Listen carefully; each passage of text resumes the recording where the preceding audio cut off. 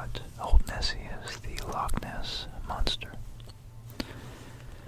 Now I got an eyewitness account here, and I've been trying to draw a picture of her, I guess. Nessie seems to be a female, but you know, it's interesting. You got all these reports. Some of them conflict. A lot of them are anecdotal. Actually, all of them are anecdotal. It's eyewitness accounts. There have been a few photographs, but nothing verifiable. Nothing too credible to the scientific community. Old Nessie could be a dinosaur, extant from 65 million years ago, who wandered her way up into the Scottish Highlands. Now, if she was a dinosaur, that would mean that she would have had to have been stealthily navigating the Atlantic Ocean, perhaps, before the most recent ice age, when the sea levels were much, much higher. Navigating from 65 million years ago, or it's a very close-knit family that has somehow managed to reproduce for that length, that long span of time, without any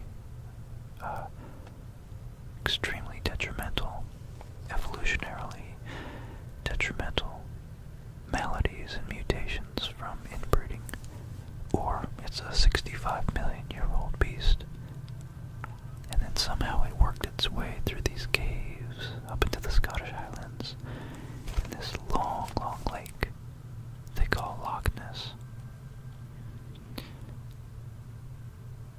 Anyways, thank you to Jared Lankenauer. I honestly was thrilled to get this suggestion. So, Jared, thank you for it. I think it's going to be fun to explore and talk about some of the history, some of the oldest history from 500 years after Christ. It's 1500 years ago, pretty much. So we're going to keep it quiet. We're going to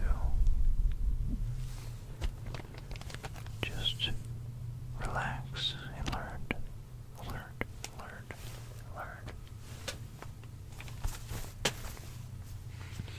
We're going to find out. We're going to find out as much as we can tonight, during this nap, during this sleep, about Nessie. Let's do it.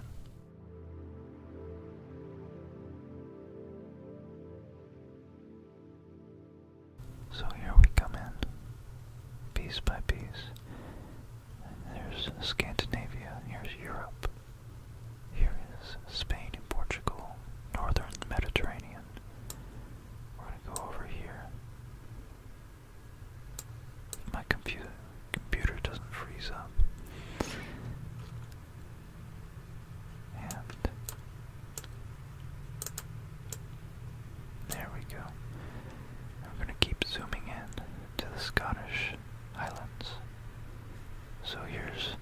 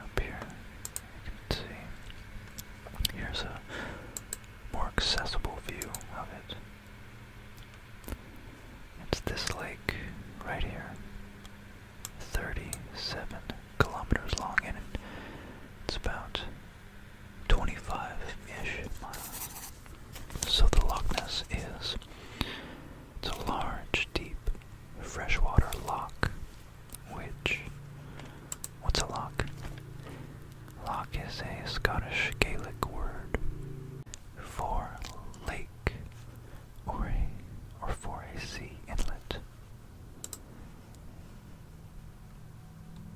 And the Loch Ness, the loch named Ness, is a large, deep, freshwater loch in the Scottish Highlands,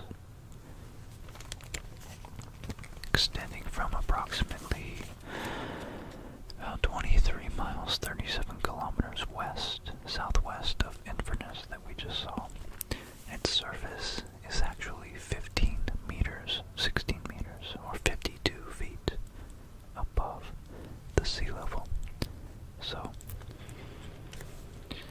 and of course it's best known for the alleged sightings of its cryptozoological Loch Ness monster, Nessie.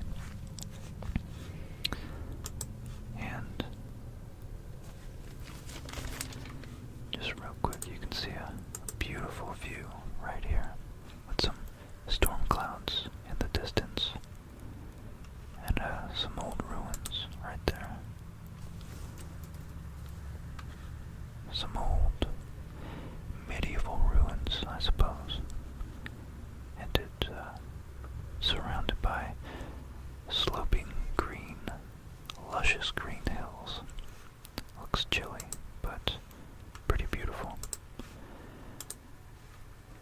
So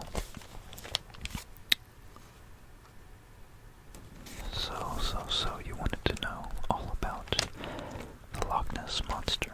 I think the best way to go about it is to understand some of the history of how it became what it is today, how we have arrived at its glorified status as the queen, the reigning, most popular, I would say, other than Bigfoot maybe, of all the cryptids being unverified zoological offshoots from well-known biological species. So the Loch Ness, they think it could be a reptile or it could be more of a mammal. They're not sure, but let's find out the most ancient history. And that is Saint Columba. So, Saint Columba was an interesting fellow. He's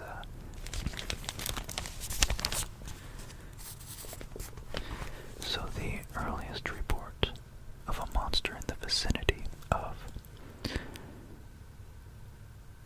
Loch Ness appears in the life of Saint Columba.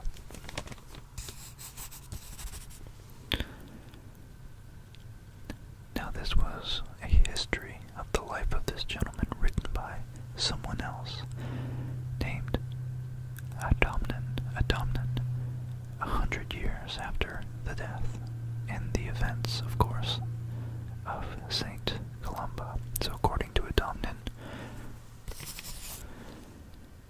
the Irish monk Saint Columba was staying in the land of Picts, Picts,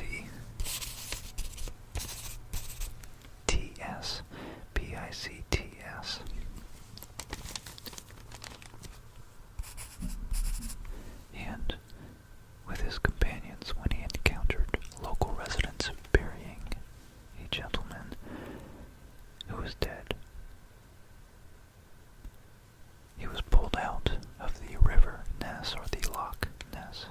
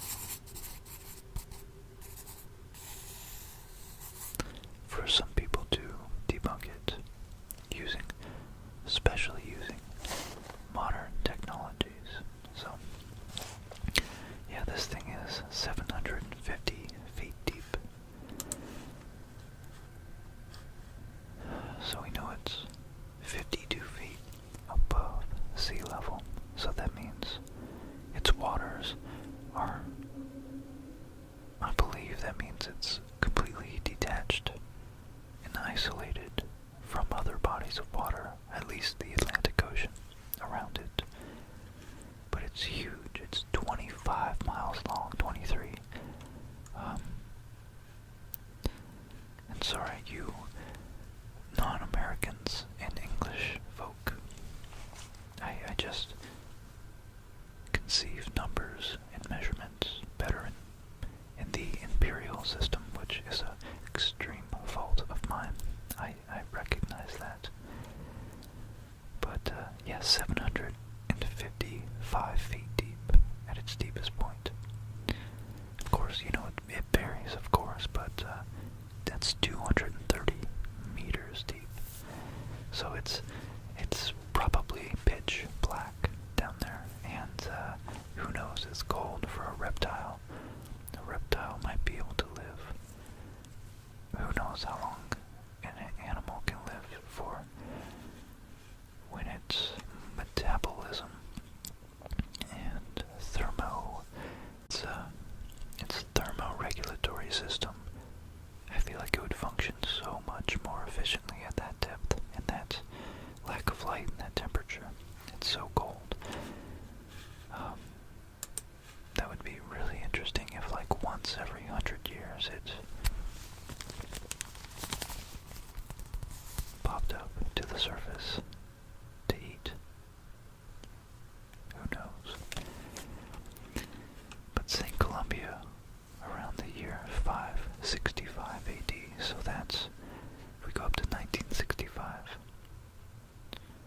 that would be 1400 years, so almost 1500 years ago, 1500 years ago, this guy, who was already kind of a badass. I mean, he became a saint. You don't just do that by sitting around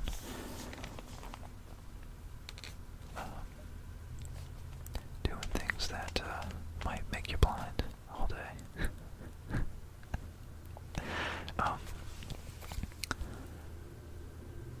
They explained that the man was swimming in the river, this guy, so St. Columba walked up, saw this guy being dragged out, and he was clearly dead out of the river.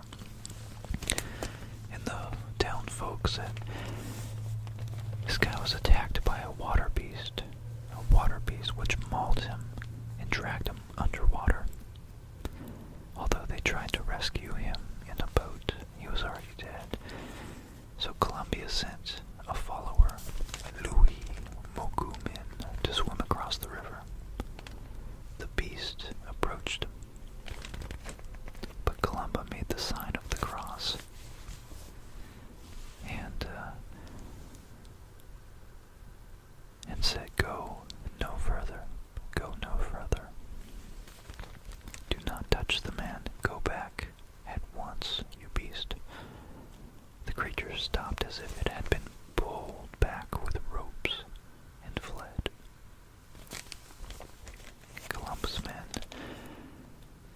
his men, and the pigs, I guess that's the townsfolk name, gave thanks for what they perceived as a miracle.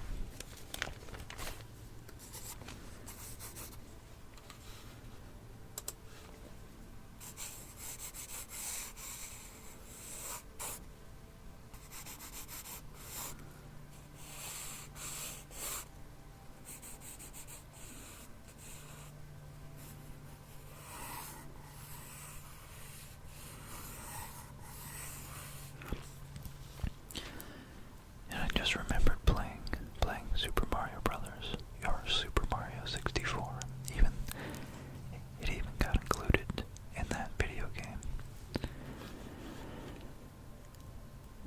So, yeah, it's a very, very disseminated myth, very widely known. So believers in the monster point to this story, set in the River Ness rather than the loch itself. Okay, so this, I guess the river is maybe a tributary from a mountain stream or something. I don't know where that river must come from, but they point to this incident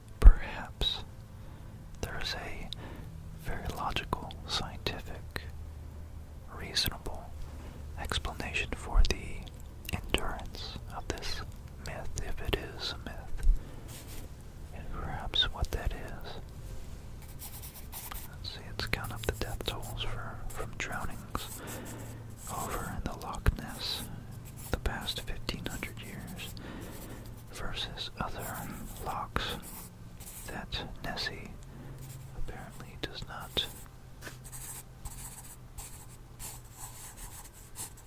swim in, inhabit. So I suppose there could be some sort of measurement, some sort of quantification of how many deaths were prevented by drowning because people didn't want to swim in it. Either that or you Scots in the town of along the lake and Loch of Ness are badasses and you just go in regardless. But nonetheless, an interesting thing about that is that for nearly 1,400 years at least, until 1933, there was no mention, absolutely no mention of the Loch Ness Monster, or any other large beast, for that matter, swimming in the loch.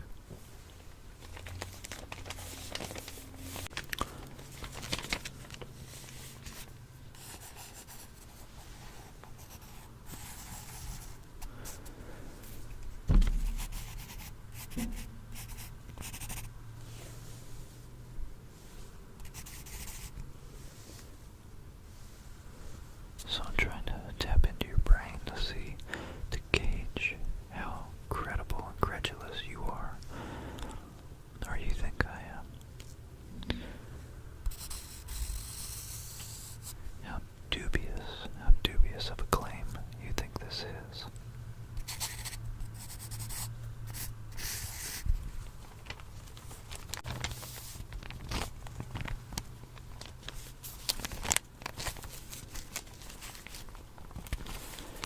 Okay, so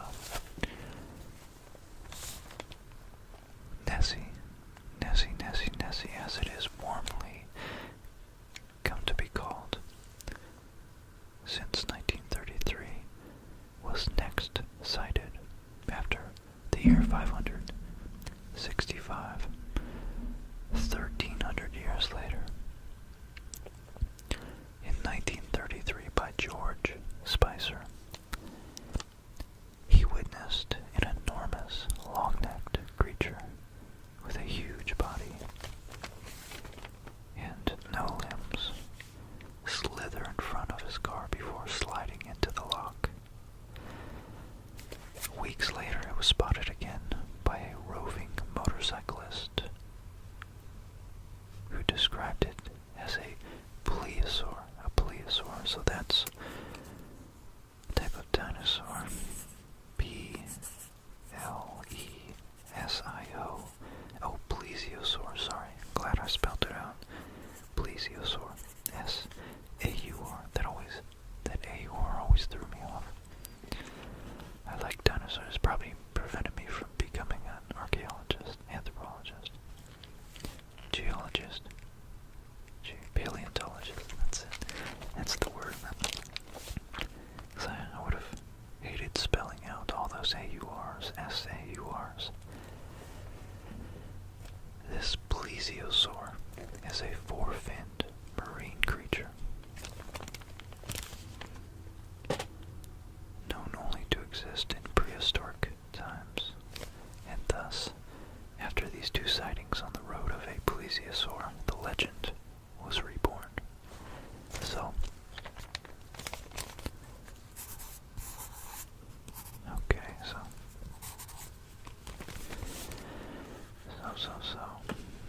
we had an ancient sighting which verifies can be a claim of its veracity, I suppose you could say. And we have a modern sighting which can conjoin with that claim and add a certain amount of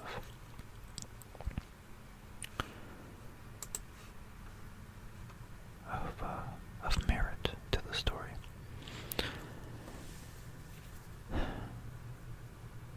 Okay, here's one actually. So before 1933, but not relative to St. Columbo in 500 AD, it was in 1871.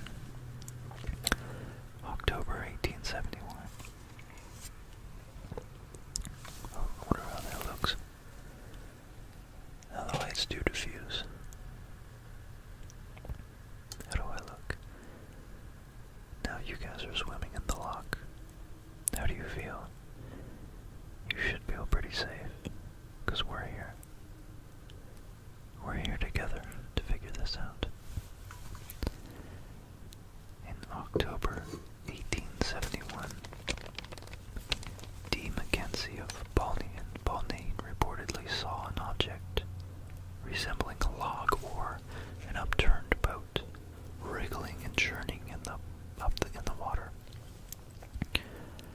The object first moved slowly, very slowly, but then disappearing at a faster speed. So Mackenzie sent his story in a letter to Rupert Gould in 1934. Shortly after, the interest in the monster increased. So of course, 62 years later, or 3, an anecdote is really quite hard to verify and even believe, really, because our memories do not preserve objective facts as well as we would hope, especially about something as interesting as this. So yeah, the first official sighting was in 1933.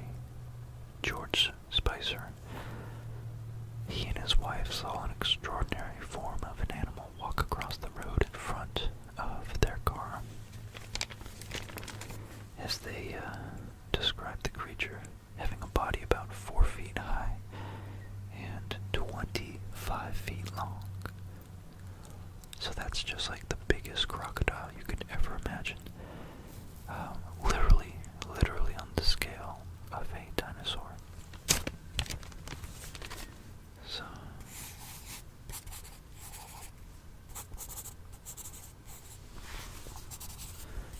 okay, and then we have Hugh Gray.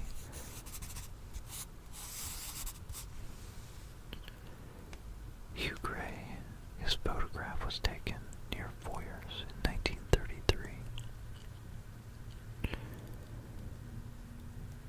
It was slightly blurred, and it has been noted that if one looks closely, the head of a dog can be seen. So Gray had his Labrador for a walk that day, and it's suspected that the photograph depicts his dog.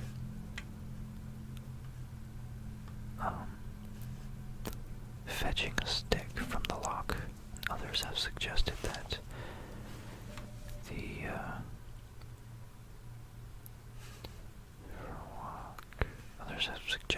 the photograph depicts an otter or a swan. The original negative was lost, however, in 1963.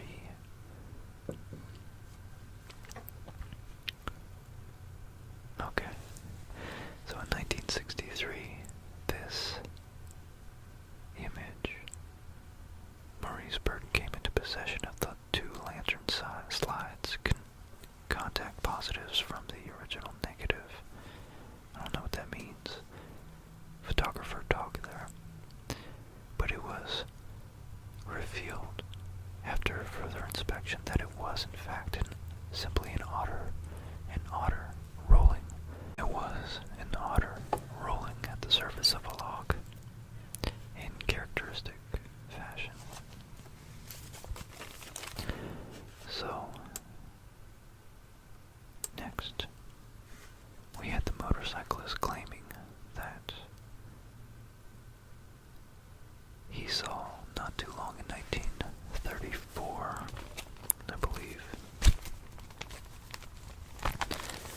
He saw, as well as George Spicer, something very similar to what George and his wife had seen. And,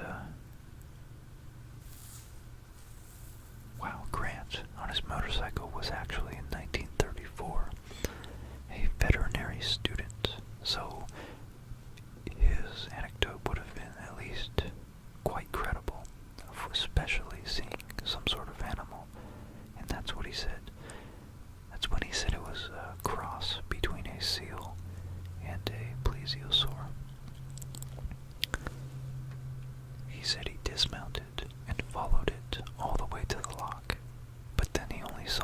miles in the water, so he must have missed it. And here you can see Loch Ness Monster as sketched by Mr. Grant, Lieutenant Commander Gould's interesting monograph upon the subject.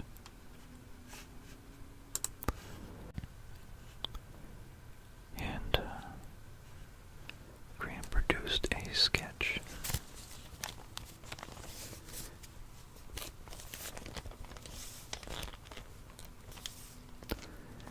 but again, a zoologist looked at it and said it looks a lot like an otter, and it seems like an otter would behave that way. So, who knows, it suggested that this was indeed an observation of an otter, and just perhaps a little bit exaggerated over time between the poor lighting conditions and whatnot. Now in 1934, the surgeon's photograph is reportedly the first photo. This is the most famous photo that we all have here. That's the head and neck, supposedly taken by Robert Wilson, a London gynecologist.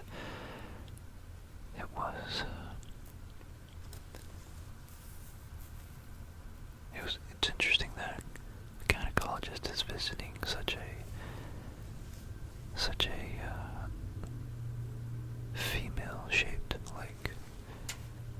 But in 1934, Wilson's refusal to have his name associated to it led it to be known as the surgeon's photograph. Now, according to him, when he was looking, so he said that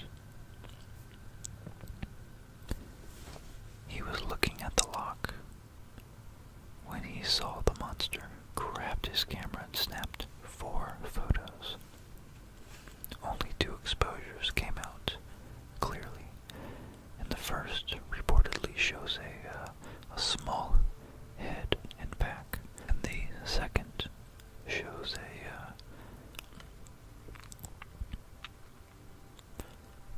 similar head in a diving position.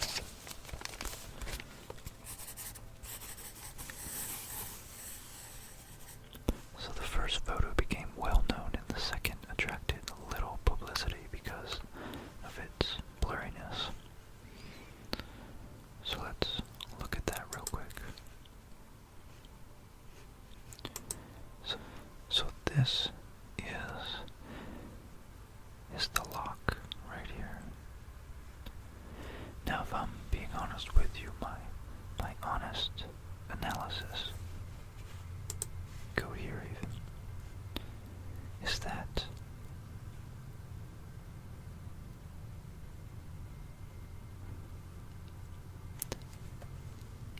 it seems very small in proportion to the ripples in the water next to it.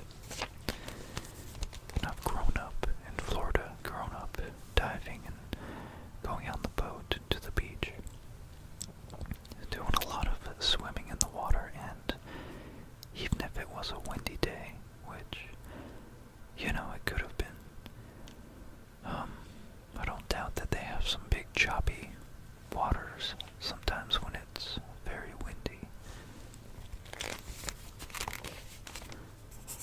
I still can't imagine that beast is 25 feet long. That to me looks more like something that, if it is in the shape of a plesiosaur, it's probably only more like 12 feet or 15 feet, maybe at the most. So, honestly, it looks so small. It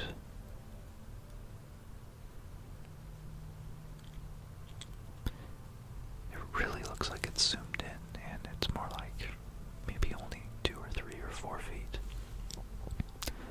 which in that case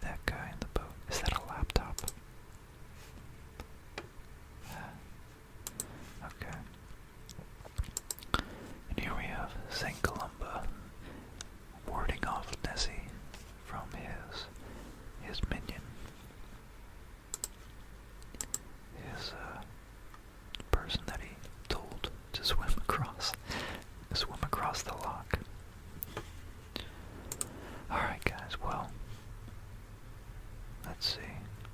Let's round this story out. So we've had all these old anecdotes from the 1930s, and a lot of them continued up through, until modern times. But just like UFOs, you can never be too sure. How much of it is simply a snowball effect, and how much of it is genuine belief,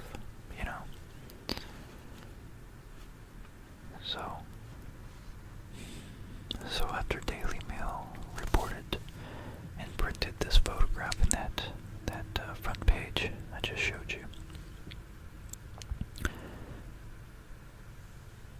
for decades, this haunting picture was considered the most reliable proof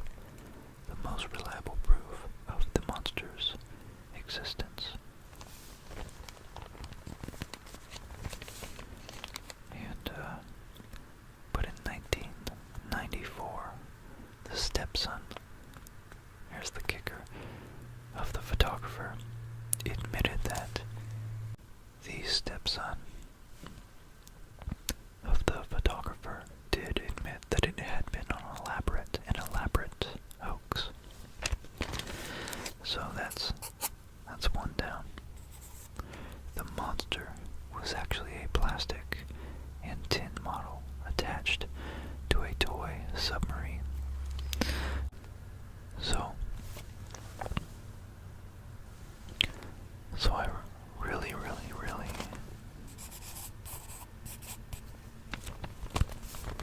I wanted to give this story the benefit of the doubt. Carl Sagan always says that you must have extraordinary evidence if you're going to make an extraordinary claim. And I think there's a lot of merit to that statement, that fundamental axiom to kind of almost live by. So this monster had been a plastic and tin model attached to a toy submarine. The hoax had been plotted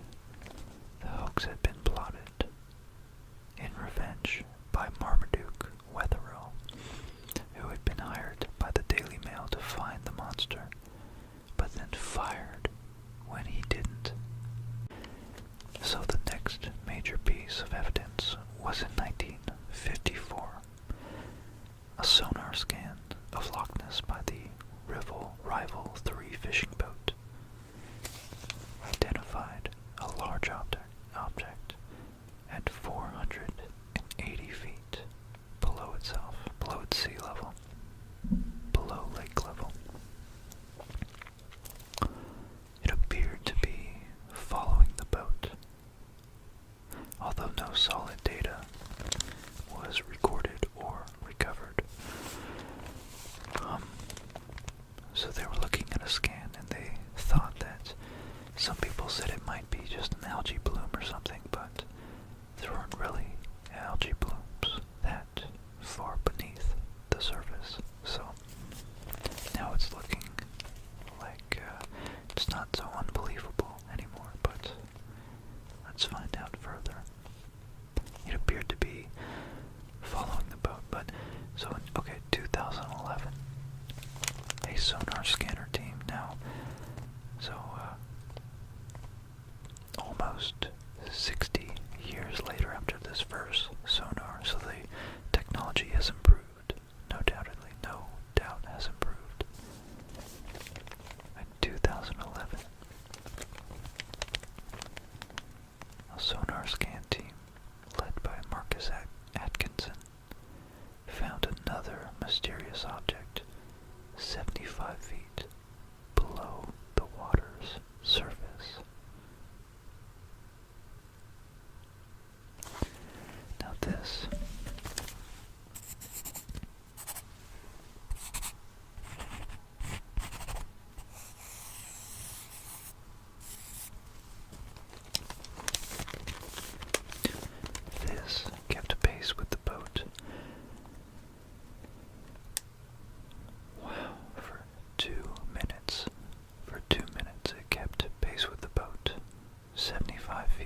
the surface in 2011.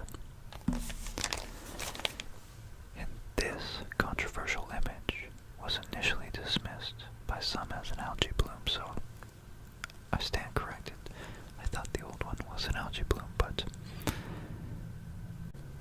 yet, yeah, so algae requires sunlight, so even 75 feet below the water, which is much closer than 500 feet, it still wouldn't be receiving enough sunlight to be such a large bloom. Nonetheless, let alone a mobile bloom that could move. So this picture, let me find this picture. So here we have the mysterious object spotted 23 meters, roughly 75 feet below the surface. And this big green blob right here is the seafloor. So, yeah, that's definitely interesting. What the heck that could be. Wow.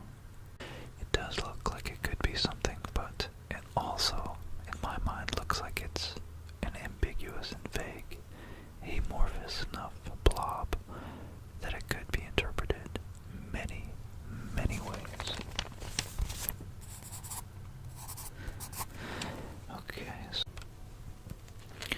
so in Loch Ness, it's very hard for sunlight to penetrate even slightly beneath the surface, but sonar scans became even more sophisticated in the 70s. In 1972, sonar operated by members of the Loch Ness Investigation Bureau, LNIB, the LNIB, captured a strange, large object disturbing shoals of fish.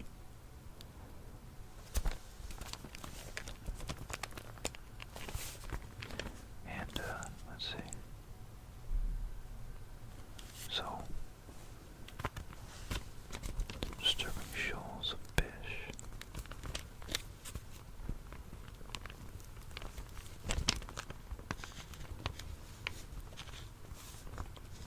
One camera image showed the flipper, hindquarter, and tail of a huge creature with rough green flesh.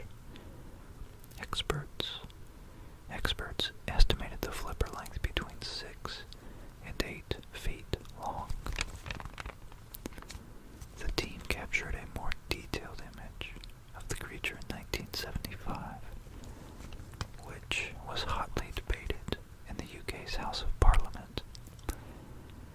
Dr. George Zug, or Zug, Z-C-U-G, or Z-U-G, as you non-Americans would say it, a reptile curator at Washington's Smithsonian Institute, said, "I believe these data indicate the presence of large animals in Loch Ness, but the data is insufficient to actually identify them." Okay, so here we apparently have the flipper. First image. This is from the 70s we just talked about here. And the second image on the right is taken 45 seconds later than the first image. And I believe it says this was actually published in MIT's Technology Review in 1976. And we can see, of course, those fins match perfectly with a drawing that someone has done out of their imagination. So, I'm sorry, Jared, I'm not being overly committed to the idea that this is real, but I am not discounting I guess I'm discrediting the fact that it might be a plesiosaur, but I certainly won't dismiss the possibility that it's some other large reptile or even mammal, maybe some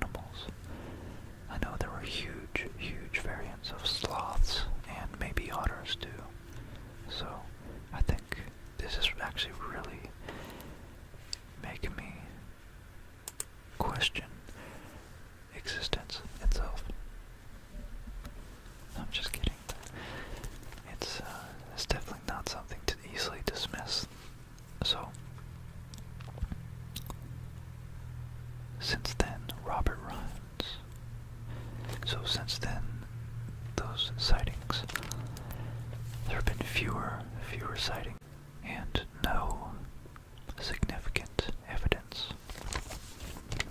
of the beast's existence. And Robert Rines suggests this is due to global warming. He's actually the former president of the Academy of Applied Sciences in Boston. And Boston is like an American hub of the intellectual elite. So he's definitely pretty credible. So before his death in 2009, Rines alleged that the monster was unable to adapt to changing environmental conditions and had probably died. He claimed to have identified 100 mysterious objects at the bottom of the lake that could feasibly be its corpse.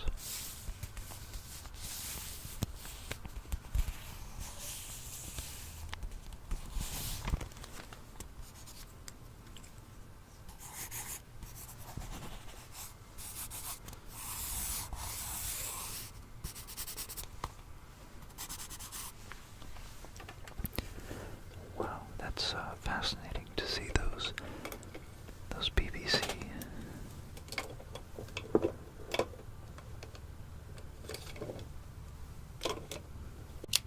It's really fascinating when you see the whales, like Planet Earth or Blue Planet. They die, and whatever the sharks don't eat, those big, huge corpses just drift to the bottom of the ocean where there are many crabs and fish and I guess octopi. Lots of things that are scavenging these huge corpses.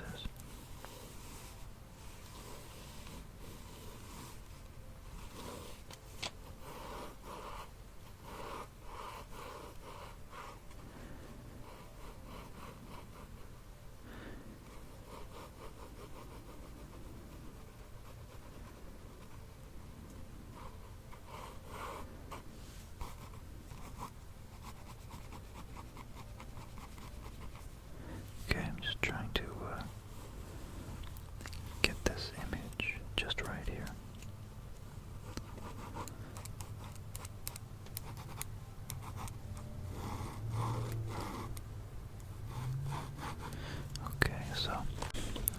So that would be fascinating to see if they actually took a survey of the sea floor, the loch floor, to see if there are in fact any large bones. There are certain historical problems that make the monster's existence highly unlikely if the beast is a lone plesiosaur. So this is what I was getting to in the beginning. I just did that to pull you guys in. I wasn't going to mention it until 40 minutes later. I honestly didn't intend that. As I always never intend. Most of my videos I expect. I have such a poor understanding of what I can accomplish in a certain amount of time that I genuinely try to make most of my videos 20 to 30 minutes, and they end up being like an hour and a half, and I edit them down to like 45 minutes. So, yeah, this thing could have been 66. It would have had to live 66 million years longer than all the other dinosaurs. Now, there are sharks and crocodiles and gators, but nothing that large still exists, except for, again, some crocodiles get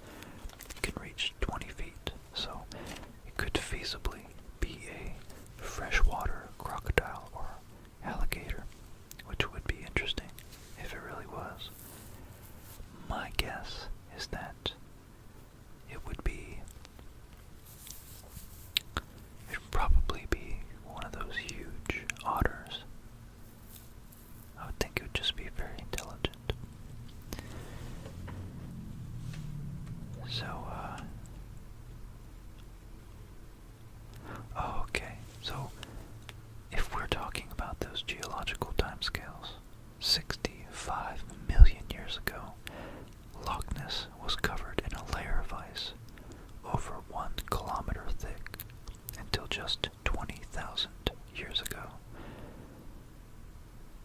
So there's only one possible explanation for how a plesiosaur would get there. Nessie would have had to lurk in the Atlantic Ocean for nearly 66 million years. Of course, not Nessie herself, but her descendants. Then the monsters would have had to navigate through a tiny, treacherous, and extremely shallow corridor of waters to make it into the loch. And in 2003, the BBC actually tested this theory.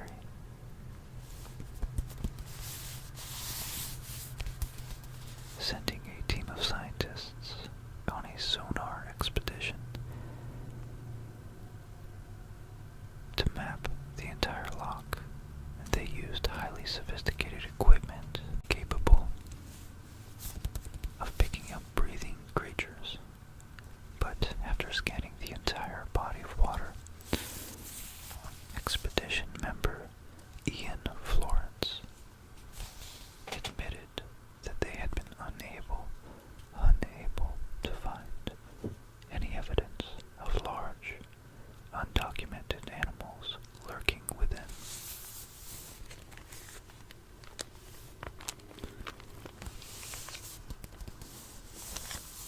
He suggested that the proliferation of sightings, how many sightings there just happen to be, again, a snowball effect caused by our social nature of and our highly adapted sensory input filtering structures in our brain to be able to see patterns that we're familiar with in vague representations and essentially project things that we're thinking of onto unrelated patterns in nature.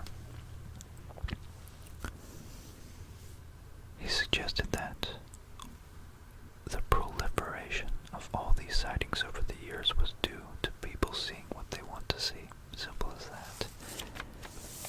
Indeed, to test this hypothesis, this is the interesting part here. The same scientists hid a fence in the loch, which they raised as tourist buses drove by. And when questioned later, the tourists, a significant number of these tourists,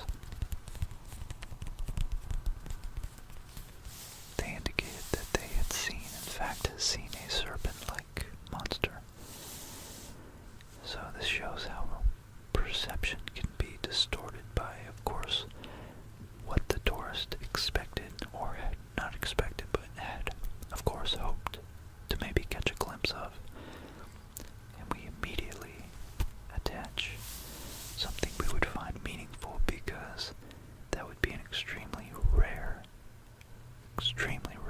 instance if you had been the tourist in nearly 100 years. You had been that one tourist that would be able to have the luck and eyesight, skill to catch the Loch Ness monster. So that means that there is social incentive, social status incentive for you to want to see a Loch Ness monster instead of a fence. Although I don't know what they meant by fence, whether it was like a fence with a pattern on it. Maybe that's what it was. But this article doesn't mention that.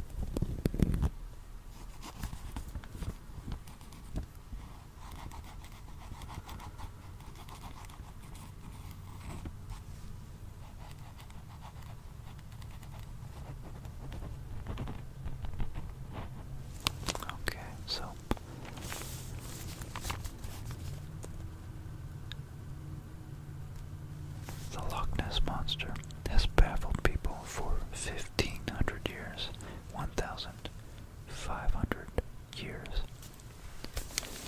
No tangible evidence yet exists that the creature has come to light. It's, at this point, the stuff of actual legends.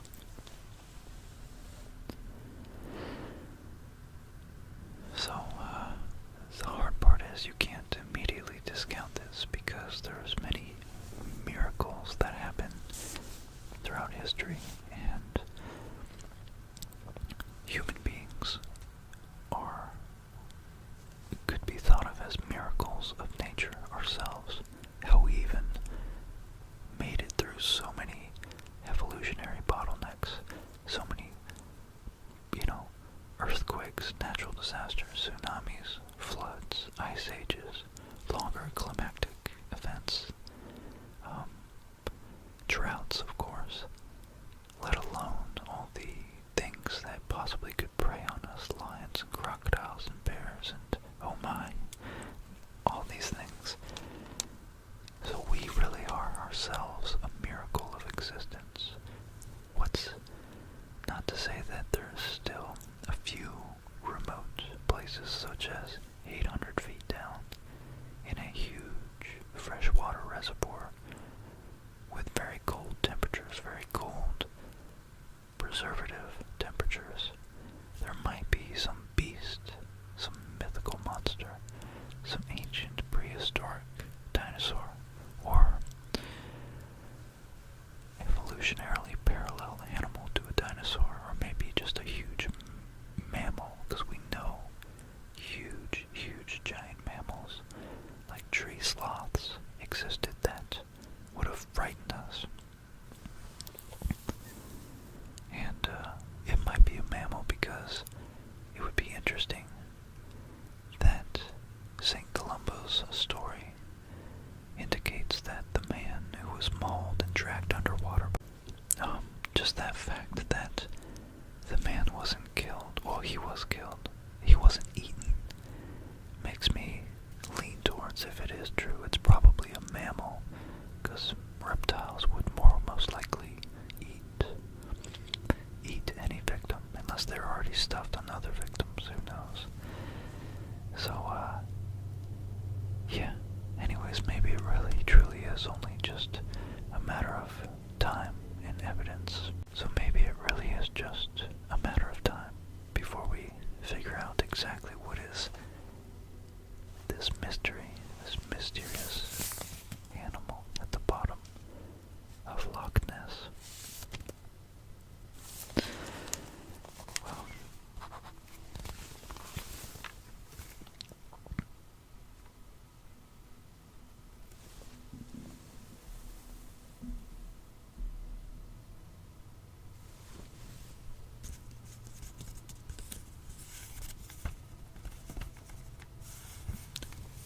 I hope you guys enjoyed this.